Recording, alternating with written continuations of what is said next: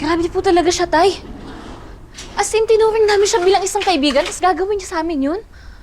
Ba't niya kaya nagawa yun, Tay? Kasi nga, inahanap niya si Teresa. Ngayon, ikaw yung naging susi niya, yung nakita yung video mo. Ngayon, kung talaga magkakilala sila, magkasama sila sa sindikato.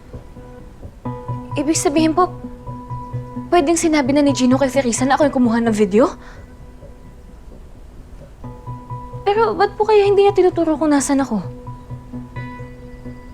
Siguro naman, siguro ginamit niya yung pagkakaibigan namin para malapitan niya po si Teresa. Hindi naman siguro para saktan ako, Tay. Mayabag pa ka siguro. Hindi natin alam kung ano plano nila. Pero ang importante dyan, mahuli sila para walang mangyari sa'yo. Anong mangyari?